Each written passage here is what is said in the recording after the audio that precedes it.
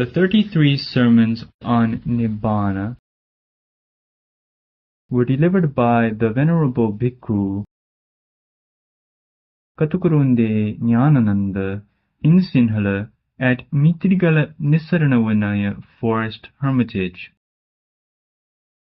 They were translated into English by the same Venerable monk, presently residing at Potkulkala Forest Hermitage in Kandagedara Devalagam. Namo tassa bhagavato arahato samma sambuddhassa. Namo tassa bhagavato arahato samma sambuddhassa. Namo tassa bhagavato arahato samma sambuddhassa. Etang santang, etang panitang, yadidang sabba sankhara samatho, sabbo padhipatinissaggo, tanhakhayo, virago, nirodho, nibbāna. This is peaceful, this is excellent, namely, the stilling of all preparations, the relinquishment of all assets, the destruction of craving, detachment, cessation, extinction. With the permission of the most venerable great preceptor and the assembly of the venerable meditative monks, this is the 21st sermon in the series of sermons on Nibbāna. The other day we discussed to some extent the 10 questions known as the 10 indeterminate points, Dasa Avyakatavatthuni, which the Buddha laid aside, refusing to give a categorical answer as yes or no. We pointed out that the reason why he refused to answer them was the fact that they were founded on some wrong beliefs, some wrong assumptions. To give categorical answers to such questions would amount to an assertion of those beliefs. So he refrained from giving clear-cut answers to any of those questions. Already from our last sermon, it should be clear to some extent how the eternalist and annihilationist beliefs peep through them. The tetralemma on the after-death state of the Tathagata, which is directly relevant to our theme, also presupposes the validity of those two extreme beliefs. Had the Buddha given a categorical answer, he too would be committing himself to the presumptions underlying them. The middle path he promulgated to the world is one that transcended both those extremes. It is not a piecemeal compromise between them. He could have presented a halfway solution by taking up one or the other of the last two standpoints, namely, the Tathagata both exists and does not exist after death, or the Tathagata neither exists nor does not exist after death. But instead of stooping to that position, he rejected the questionnaire in toto. On the other hand, he brought in a completely new mode of analysis, illustrative of the law of dependent arising underlying the doctrine of the Four Noble Truths, in order to expose the fallacy of those questions. The other day, we happened to mention the conclusive answer given by the Buddha to the question raised by the wandering ascetic Vacchagotta in the Aggivaccakatta Sutta of the Majjhima Nikāya concerning the after-death state of the Tathagata. But we had no time to discuss it at length, therefore let us take it up again.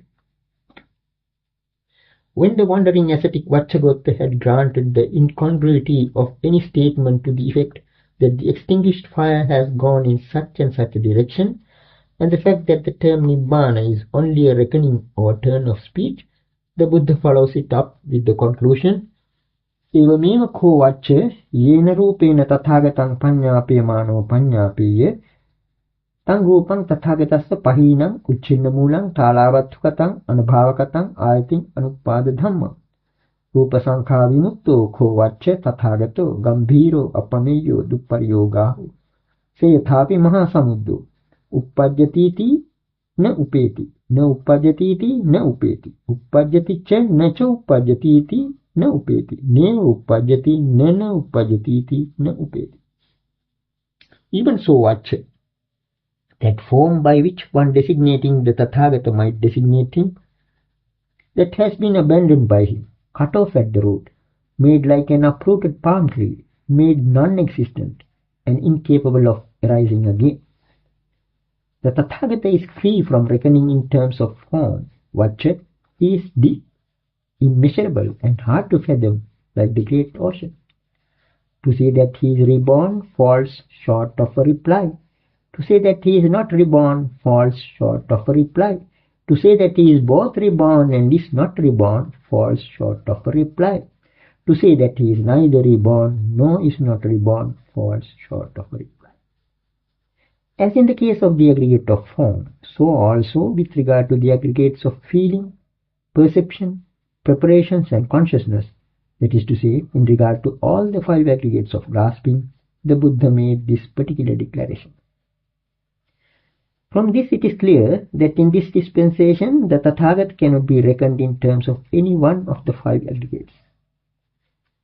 The similes reveal to us the state of the Tathagata. The simile of the uprooted tree, for instance. On seeing a palm tree uprooted, but somehow left standing, one would mistake it for a growing palm tree. The wordling has a similar notion of the Tathagata. This simile of the tree reminds us of the Isidatta Theragatha, which has an allusion to it.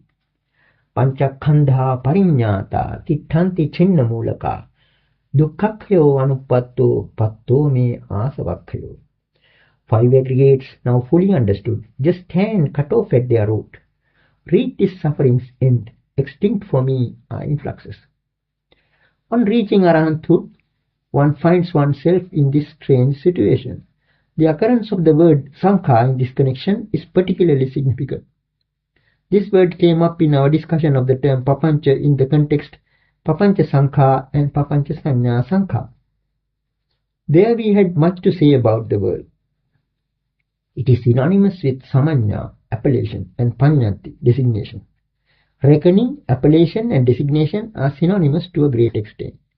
So the concluding statement of the Buddha, already quoted, makes it clear that the Tathagata cannot be reckoned or designated in terms of form. Though he has form, he cannot be reckoned by feeling, though he experiences feeling, nor can he be reckoned by or identified with the aggregates of perceptions, preparations, or consciousness. Now, in order to make a reckoning or designation, there has to be a duality, a dichotomy. We had occasion to touch upon this normative tendency to dichotomize.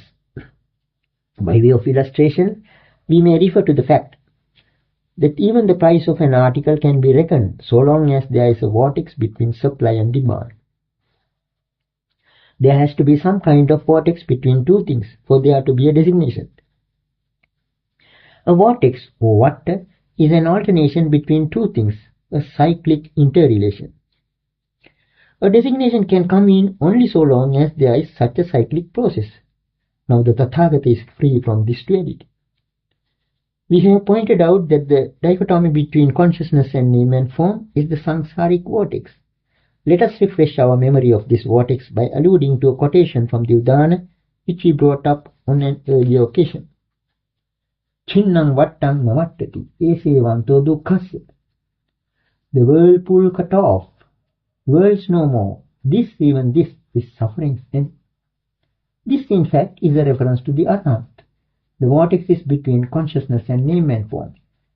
By letting go of name and form and realizing the state of a non-manifestative consciousness, the Arahant has, in this very life, realized the cessation of existence, which amounts to a cessation of suffering as well. Though he continues to live on, he does not grasp any of those aggregates tenaciously. His consciousness does not get attached to name and form. That is why it is said that the vortex turns no more. To highlight this figure of the vortex, we can bring up another significant quotation from the Upadana Parivartta Sutta and the Sattatthana Sutta of the Samyutta Nikāya. Ye suvimutta te kevalino, ye kevalino, vattang tesang natti paññāpanāya. Those who are fully released are truly alone, and for them who are truly alone, there is no whirling round for purposes of designation. This statement might sound rather queer. The term kevali occurs not only in the Samyutta Nikāya, but in the Sutta Nipāta as well, with reference to the Arahant. The commentary to the Sutta Nipāta, Paramatha Jotika, gives the following definition to the term when it comes up in the Kasibharadvaja Sutta. Sabba guna paripunnam sabba yoga visamyuttam va. According to the commentator, this term is used for the Arahant in the sense that he is perfect in all virtues, or else that he is released from all bonds. But going by the implications of the word vata associated with it, we may say that the term has a deeper meaning. From the point of view of etymology, the word kevali is suggestive of singularity, full integration, aloofness, and solitude. We spoke of a letting go of name and form. The non-manifestative consciousness released from name and form is indeed symbolic of the Arahant's singularity, wholeness, aloofness, and solitude. In the following verse from the Dhammapada, which we had quoted earlier too, this release from name and form is well depicted. Kodhang jahe vipajahiyyamanang samyojanang sabbamatikkameyye tang nam rupasming asajjamanang akinchanang nanupatanti dukkha. Let one put wrath away and conceit abandon and get well beyond all fetters as well, that one untrammeled by name and form, with naught as his own, no pains before. We came across another significant reference to the same effect in the Magha Sutta of the Sutta Nibbāna. Yeve asatta vicharanti loke akinchana kevalino yatatta kalena tesu havyang paviche yo brahmano punyapekho yajetha. They who wander unattached in the world, owning naught, aloof, restrained, to them in time let the Brahmin offer that oblation, if merit be his aim. This verse also makes it clear that the freedom from ownings and attachment is implicit in the term kevali. It has connotations of full integration and aloofness. The term kevala, therefore, is suggestive of the state of release from that vortex. If, for instance, a vortex in the ocean comes to cease, can one ask where the vortex has gone? It will be like asking where the extinguished fire has gone. One might say that the vortex has joined the ocean, but that too would not be a proper statement to make. From the very outset, what in fact was there was the great ocean. So one cannot say that the vortex has gone somewhere, nor can one say that it is not gone. It is also incorrect to say that it has joined the ocean. A cessation of a vortex gives rise to such a problematic situation. So is this state called kevali. What in short does it amount to? The vortex has now become the great ocean itself.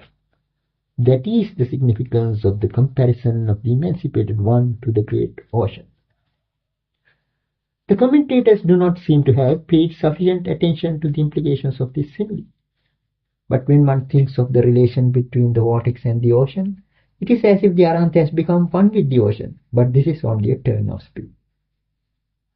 In reality, the vortex is merely a certain perverted state of the ocean itself. That perversion is now no more. It has ceased. It is because of that perversion that there was a manifestation of suffering. The cessation of suffering could therefore be compared to the cessation of the vortex, leaving only the great ocean as it is. Only so long as there is a whirling vortex can we point out a here and a there.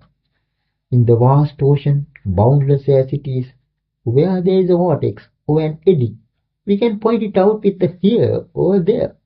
Even so, in the case of the samsaric individual, as long as the whirling round is going on in the form of the vortex, there is a possibility of designation or appellation as so and so. But once the vortex has ceased, there is actually nothing to identify with for purposes of designation. The most one can say about it is to refer to it as the place where a vortex has ceased. Such is the case with the Tathagata too. Freedom from the duality is for him release from the vortex itself. We have explained on a previous occasion how a vortex comes to be. A current of water trying to go against the mainstream, when its attempt is foiled, in clashing with the mainstream, gets thrown off and pushed back, but turns round to go whirling and whirling as a whirlpool. This is not the norm. This is something abnormal. Here is a perversion resulting from an attempt to do the impossible. This is how a thing called a vortex comes to be. The condition of the samsaric being is somewhat similar. What we are taught as the four perversions in the Dhamma describe these four pervert attitudes of a samsaric being. 1. Perceiving permanence in the impermanent. 2. Perceiving pleasure in the painful. 3. Perceiving beauty in the foul. 4. Perceiving a self in the not-self. The samsaric individual tries to forge ahead in existence, misled by these four pervert views. The result of that attempt is the vortex between consciousness and name and form, a recurrent process of whirling round and round. Because of this process of whirling round, as in a vortex, there is an unreality about this world. What for us appears as the true and real state of the world, the Buddha declares to be false and unreal. We have already quoted on an earlier occasion the verse from the Dvaitanupassana Sutta of the Sutta Nibbāna, which clearly illustrates this point. Anattaniyattamaning passalokang sadevakang nimittang nam rupasmin idang satyanti manyati. Just see the world with all its gods, fancying a self where none exists, and trained in name and form it holds the conceit that this is real. What the world entrained in name and form takes to be real, it seems, is unreal, according to this verse. This idea is reinforced by the following refrain-like phrase in the Uraga Sutta of the Sutta Nibbāna. Sabbang vitathang nidanti ñatva loke, knowing that everything in this world is not such. We have referred to the special significance of the Uraga Sutta on several occasions. That this cause enjoins a giving up of everything, like the sloughing off of a worn-out skin by a serpent.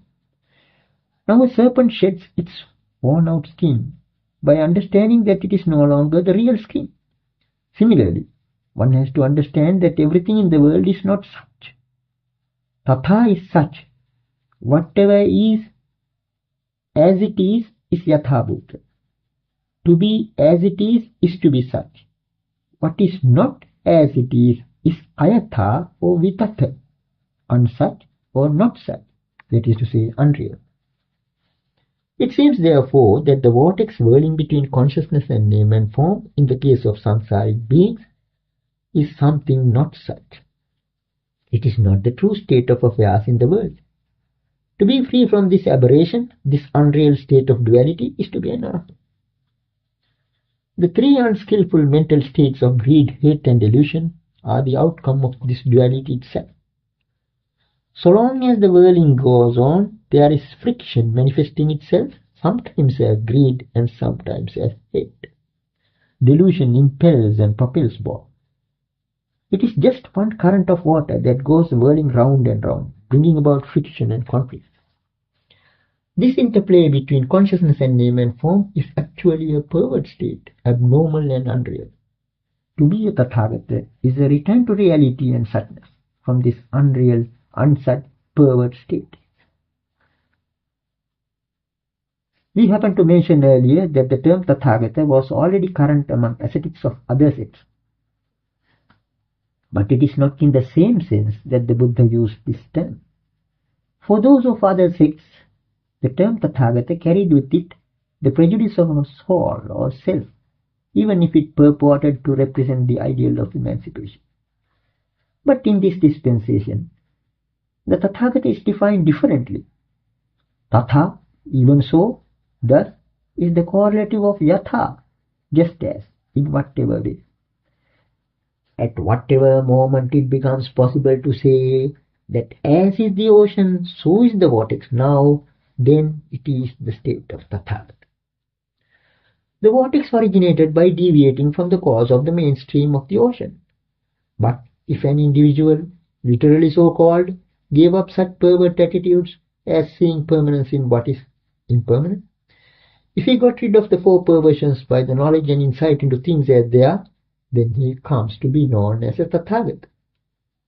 He is thus gone in the sense that as is the norm of the world, thus he is now. There is also an alternative explanation possible, etymologically. Tatata is a term for the law of dependent arising. It means thusness or suchness.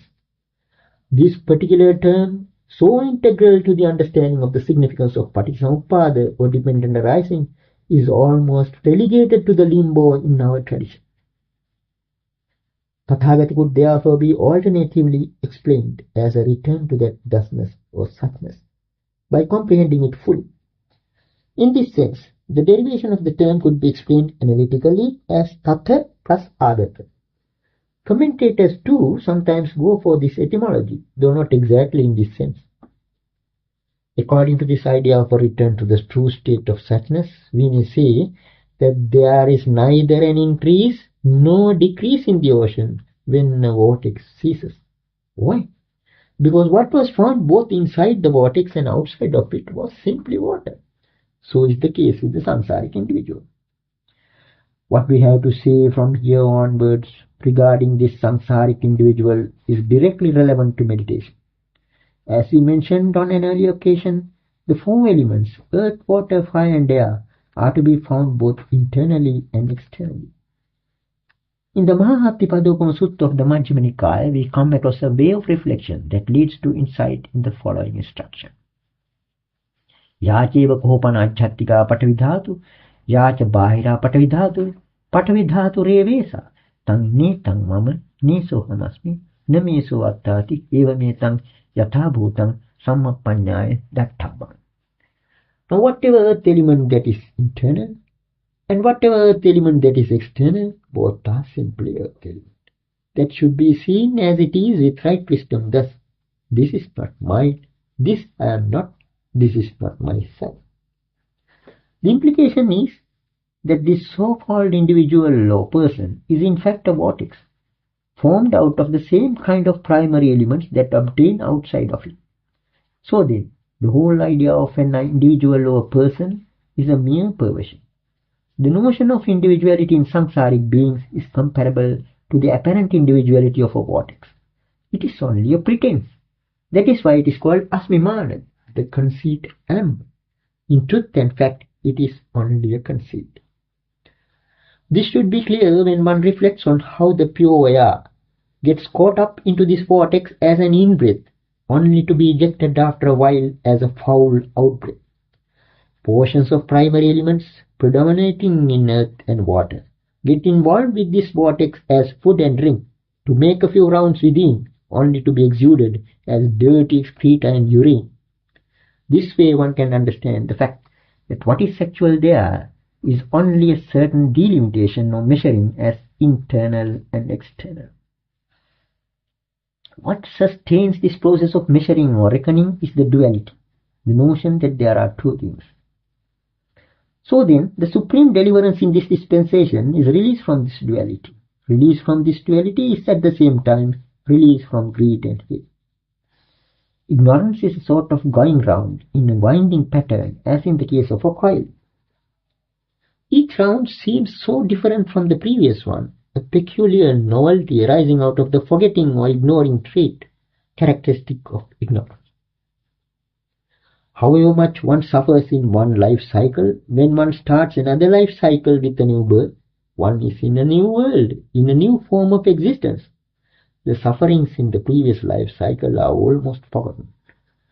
The vast cycle of samsara, this endless faring round in time and space, is like a vortex.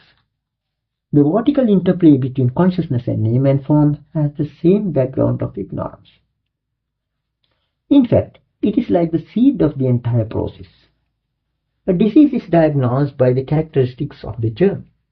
Even so, the Buddha pointed out that the basic principle underlying the samsaric vortex is traceable to the vertical interplay between consciousness and name and form going on within our minds. This germinal vortex between consciousness and name and form is an extremely subtle one that eludes the limitations of both time and space. This indeed is the timeless principle inherent in the law of Paticcasamuppada or dependent arising. Therefore, the solution to the whole problem lies in the understanding of this law of dependent arising. We have mentioned on a previous occasion that the sankhata or the prepared becomes asankhata or the unprepared by the very understanding of the prepared nature of the sankhata. The reason is that the prepared appears to be so due to the lack of understanding of its composite and prepared nature. This might well appear a riddle. The faring round in samsara is the result of ignorance. That is why final deliverance is said to be brought about by wisdom in this dispensation. All in all, one extremely important fact emerges from this discussion, namely the fact that the etymology attributed to the term Tathagata by the Buddha is highly significant. It effectively explains why he refused to answer the tetralemma concerning the after-death state of the Tathagata. When a vortex has ceased, it is problematic whether it has gone somewhere or joined the great ocean. Similarly, there is a problem of identity in the case of a Tathagata even when he is living. This simile of the ocean gives us a clue to a certain much vexed riddle-like discourse on Nibbāna. Many of those scholars who put forward views on Nibbāna with an eternalist bias counted the Paharāda Sutta found among the eights of the Anguttara Nikāya. In fact, that discourse occurs in the Vinaya Vagga and in the Udana as well. In the Paharāda Sutta, the Buddha gives a sustained simile, explaining 8 marvelous qualities of this dispensation to the Asura king Paharāda by comparing them to 8 marvels of the great ocean. The 5th marvelous quality is stated as follows. Sayathapi Paharāda yakāti loke samantiyo mahasamuddam appinti yakāti antalikkhā dhārā papatanti natena mahasamuddassa ūnattam vā pūrattam vā paññāyati एवमेव खोपहाराद बहुचेपि भिक्खु अनुपादिशेषाय निब्बाण धातुया परिनिब्बाणन्ति न तेन निब्बाण धातुया ऊनत्तं वा पूरत्तं वा पञ्जायते. Just as Paharāda, however many rivers of the world may flow into the great ocean, and however much torrential downpours may fall on it from the sky, no decrease or increase is apparent in the great ocean, even so Paharāda. Although many monks may attain parinibbāna in the Nibbāna element without residual clinging, thereby no decrease or increase is apparent in the Nibbāna element. Quite a number of scholars draw upon this passage when they put forward the view that arhats after their death find some place of refuge which never gets overcrowded. It is a ridiculous idea, utterly misconceived. It is incompatible with this Dhamma, which rejects both eternalist and annihilationist views. Such ideas seem to have been put forward due to a lack of appreciation of the metaphorical significance of this particular discourse and a disregard for the implications of this comparison of the Arahant to the great ocean, in point of his suchness or tattva. In the light of these facts, we have to conclude that Nibbāna is actually the truth and that samsara is a mere perversion. That is why the Dvaitanupassana Sutta, from which we have quoted earlier too, is fundamentally important. It says that what the world takes as the truth, that the Aryans have seen with wisdom as untrue. Yang pare sukhato ahu, tadarya ahu dukkhato.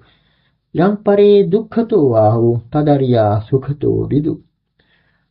What others may call bliss, that the Aryans make known as pain. What others may call pain, that the Aryans have known to be bliss. And it effectively concludes, Passa dhammam durājanam sampamūlhetha aviddasu. Behold a norm so hard to grasp, baffled herein are ignorant ones.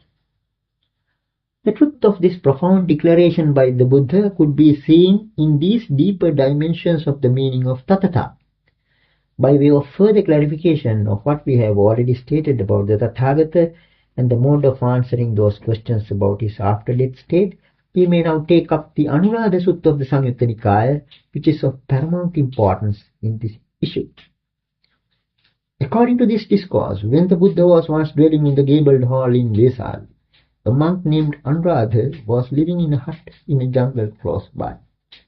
One day he was confronted with a situation which shows that even a forest-dwelling monk cannot afford to ignore questions like this. A group of wandering ascetics of other sects approached him and, seated in front of him, made this pronouncement as if to see his response. Yosavāusamanrādha tathāgato uttamapuriso parampuriso paramapatti-patto tang tathāgatang imesu chatusthānesu paññāpyamāno paññāpyeti.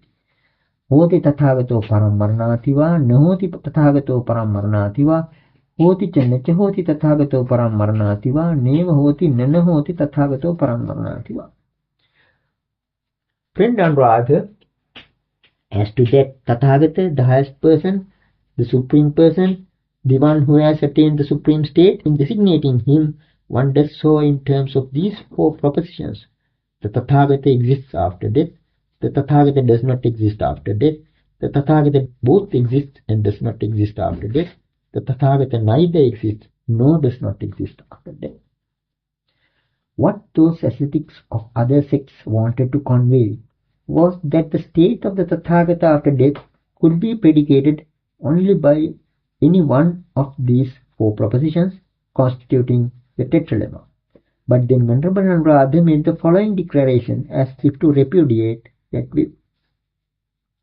Yoso auso Tathagato Uttama Puriso Paramipuriso Parampatipatto Tang Tathagatang Anyatrimehi Chatuhithanihi Panyapyamano Panyape.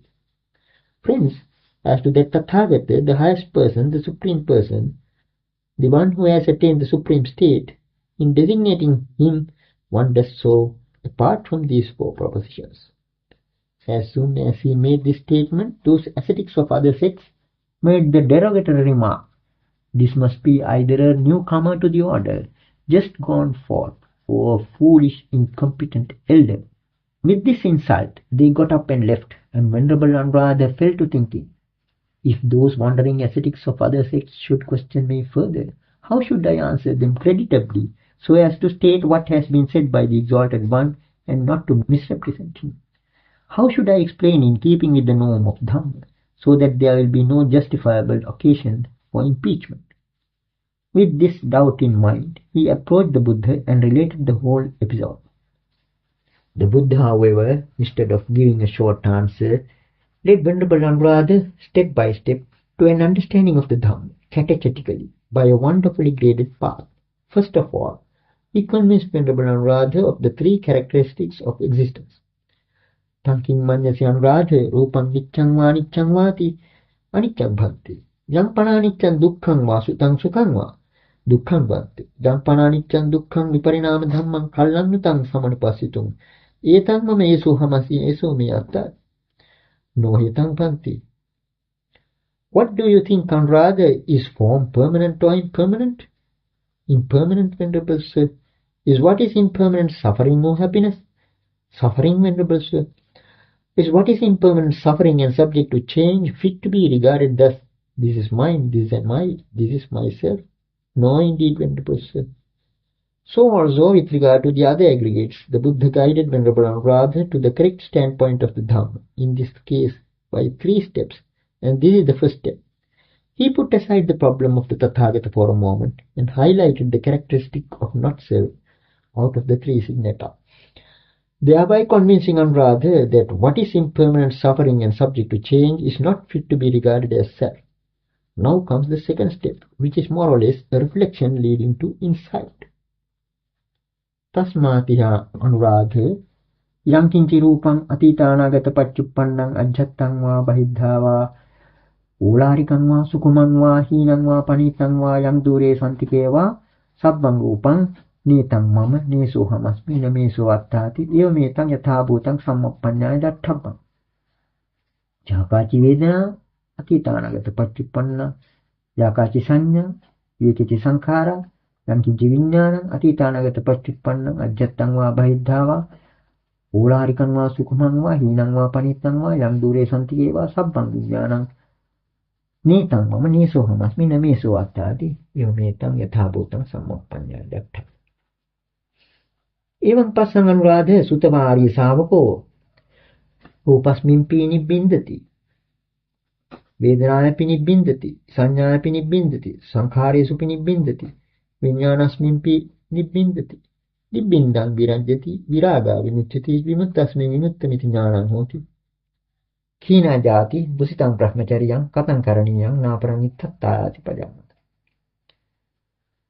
Therefore, rather, any kind of form whatsoever, whether past, future or present, internal or external, gross or subtle, inferior or superior, far or near, All form should be seen as it really is with right wisdom thus. This is not mine, this I am not, this is not myself. Any kind of feeling whatsoever, whether past, future or present, any kind of perception, any kind of preparation, any kind of consciousness whatsoever, whether past, future or present, internal or external, gross or subtle, inferior or superior, far or near, all consciousness should be seen as it really is, with right wisdom thus. This is not mine, this I am not, this is not myself. Seeing thus, Anuradha, the instructed noble disciple, gets disgusted of form, gets disgusted of feeling, gets disgusted of perception, gets disgusted of preparations, gets disgusted of consciousness. With disgust, he becomes dispassionate. Through dispassion, his mind is liberated. When it is liberated, there comes the knowledge it is liberated, and he understands. Extinct is birth, lived is the holy life, done is what is to be done, there is no more of this state of being. Here the Buddha is presenting a mode of reflection that culminates in arahanthood. If one is prepared to accept the not-self standpoint, then what one has to do is to see with right wisdom all the five aggregates as not-self in a most comprehensive manner. This is the second step. Now we are at the third step. The Buddha sharply addresses a series of questions to Venerable Anuradha to judge how he would determine the relation of the Tathagata or the emancipated one to the five aggregates. What do you think, Anuradha? Do you regard form as the Tathagata? No, Venerable Sir. Do you regard feeling, perception, preparations, consciousness as the Tathagata? No, Venerable Sir. What do you think, Anuradha? Do you regard the Tathagata as in form? No, Venerable Sir. Do you regard the Tathagata as apart from form? No, Venerable Sir. Do you regard the Tathagata as in feeling? No, Venerable Sir. Do you regard the Tathagata as apart from feeling? No, Venerable Sir. Do you regard the Tathagata as in perception? No, Venerable Sir. Do you regard the Tathagata as apart from perception? No, Venerable Sir. Do you regard the Tathagata as in preparations? No, Venerable Sir. Do you regard the Tathagata as apart from preparations? No, Venerable Sir. Do you regard the Tathagata as in consciousness? No, Venerable Sir. Do you regard the Tathagata as apart from consciousness? No, Venerable Sir. What do you think, Anuradha? Do you regard the Tathagata as one who is without form, without feeling, without perception, without preparation, without consciousness? No, Venerable Sir. When Venerable Anuradha gives negative answers to all these four modes of questions, the Buddha draws the inevitable conclusion that accords with the Dhamma. Ethachate Anuradha ditteva dhammi satyato thetato tathagate anupalabhyamani kallanate tang veyakaranam yoso avso tathagato uttamapuriso paramapuriso paramapatipatto tang tathagatam anyatri chatuvitani panyapi mano panyapi no hitam bhante. So then, Anuradha, when for you a Tathagata is not to be found in truth and fact here in this very life, is it fitting for you to declare as you did? Friends, as to the Tathagata, the highest person, the supreme person, the one who has attained the supreme state, in designating him, one does so apart from these four propositions. No, Venerable Sir. This conclusion, namely, that the Tathagata is not to be found in truth and fact even in this very life, is one that drives terror into many who are steeped in the craving for existence. But this, it seems, is the upshot of the catechism. The rebuke of the wandering ascetics is justifiable, because the tetralemma exhausts the universe of discourse and there is no way out. The Buddha's reproof of Anuradha amounts to an admission that even here and now the Tathagata does not exist in truth and fact, not to speak of his condition hereafter. When Anuradha accepts this position, the Buddha expresses his approbation with the words, Sadhu sadhu Anuradha, Pubbe chahang Anuradha etareke dukkhancheva panyapemi dukkhasya nirodham. Good Anuradha, formerly as well as now, I make known just suffering and the cessation of suffering. This declaration makes it clear that the Four Noble Truths are the teaching proper, and that terms like Tathagata, Satta and Puggala are mere concepts. No doubt, this is a disconcerting revelation. So let us see whether there is any possibility of salvaging the Tathagata.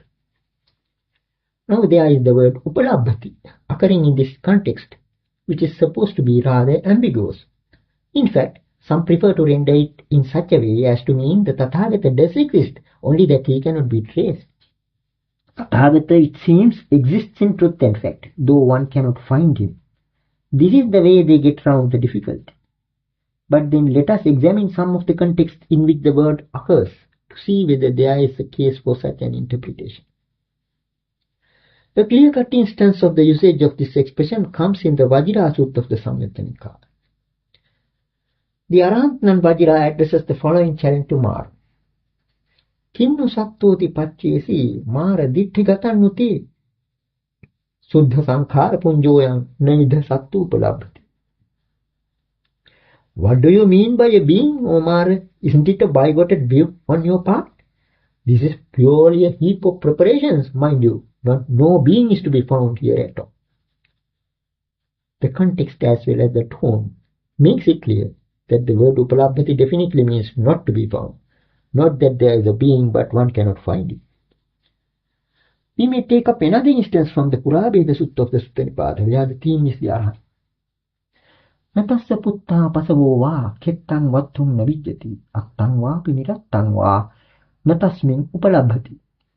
Not for him are sons and cattle. He has no field or site to build. In him there is not to be found anything that is grasped or given up. The words attang and nirattang are suggestive of the dichotomy from which that Arahant is free.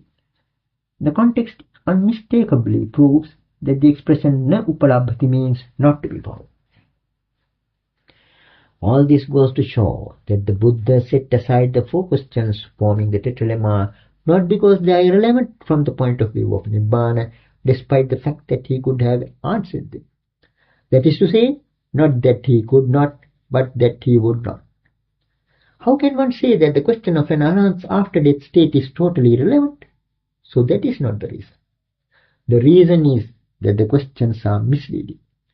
Those who posed these questions had the presumption that the word Tathagata implied a truly existing being or person. But the Buddha pointed out that the concept of a being or person is fallacious. Though it is fallacious, for the worldling living in an illusory, unreal world, it has its place as a relative reality. Due to the very fact that it is grasped, it is binding on him. Therefore, when a worldling uses such terms as I and mine, or a being and a person, it is not a mere way of expression. It is a level of reality proper to the worldling scale of values. But for the Arahants, who have reached the state of suchness, it is a mere concept. In fact, it becomes a mere concept in the context of the simile of the vortex and the ocean. That is to say, in the case of the Arahants, their five aggregates resemble the flotsam and jetsam on the surface waters of a vortex already ceased at its depth. On seeing the Buddha and the Arahants, one might still say, as a way of saying, here is the Buddha, here are the Arahants. For the Buddha, the concept of a being is something incompatible with his teaching from beginning to end. But for the nones, he had to use it, as is evident from many a discourse. The expression Atthāriya Puggala, the eight noble persons, includes the Arahant as well. Similarly, in such contexts as the Aggappasāda Sutta, the term Satta is used indiscriminately, giving way to conventional usage. Vyāvatā bhikkhave sattā apadāvā dipadāvā chatuppadāvā bahuppadāvā rūpinōvā rūpinōvā saññinōvā asaññinōvā neva saññīnā saññinōvā tathāgato tesam aggamakkhāyati araham sammā sambuddho. Monks, whatever kinds of beings there be, whether footless or two-footed or four-footed or many-footed, with form or formless, percipient or non-percipient, or neither percipient nor non-percipient, among them the Tathāgata, worthy and fully awakened, is called supreme. Although the term Satta occurs here, it is only by way of worldly parlance. In truth and fact, However, there is no being as such. In a previous sermon, we happened to mention a new etymology given by the Buddha to the term loka, or world. In the same way, he advanced a new etymology for the term sat. As mentioned in the Radha Samyutta of the Samyutta Nikaya, Venerable Radha once posed the following question to the Buddha. Satto sattoti bhante vucchati, kittavatanuko bhante sattoti vucchati. Venerable Sir, it is said a being. To what extent can one be called a being? Then the Buddha explains. Rupe, Vedanaye, Sanyaya, Sankharesu, Viññāne, ko radha, yo chando, yo rago, ya nandi, ya tanha, tatra satto, tatra visatto, tasma sattoti vucchati. Rather, that desire, that lust, that delight, that craving in form, feeling, perception, preparation, consciousness, with which one is attached and thoroughly attached to it, therefore is one called a being.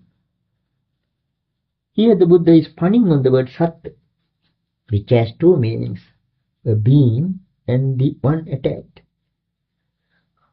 The etymology attributed to that word by the Buddha brings out in sharp relief the attachment as well, whereas in his redefinition of the term loka, he followed an etymology that stressed the disintegrating nature of the world.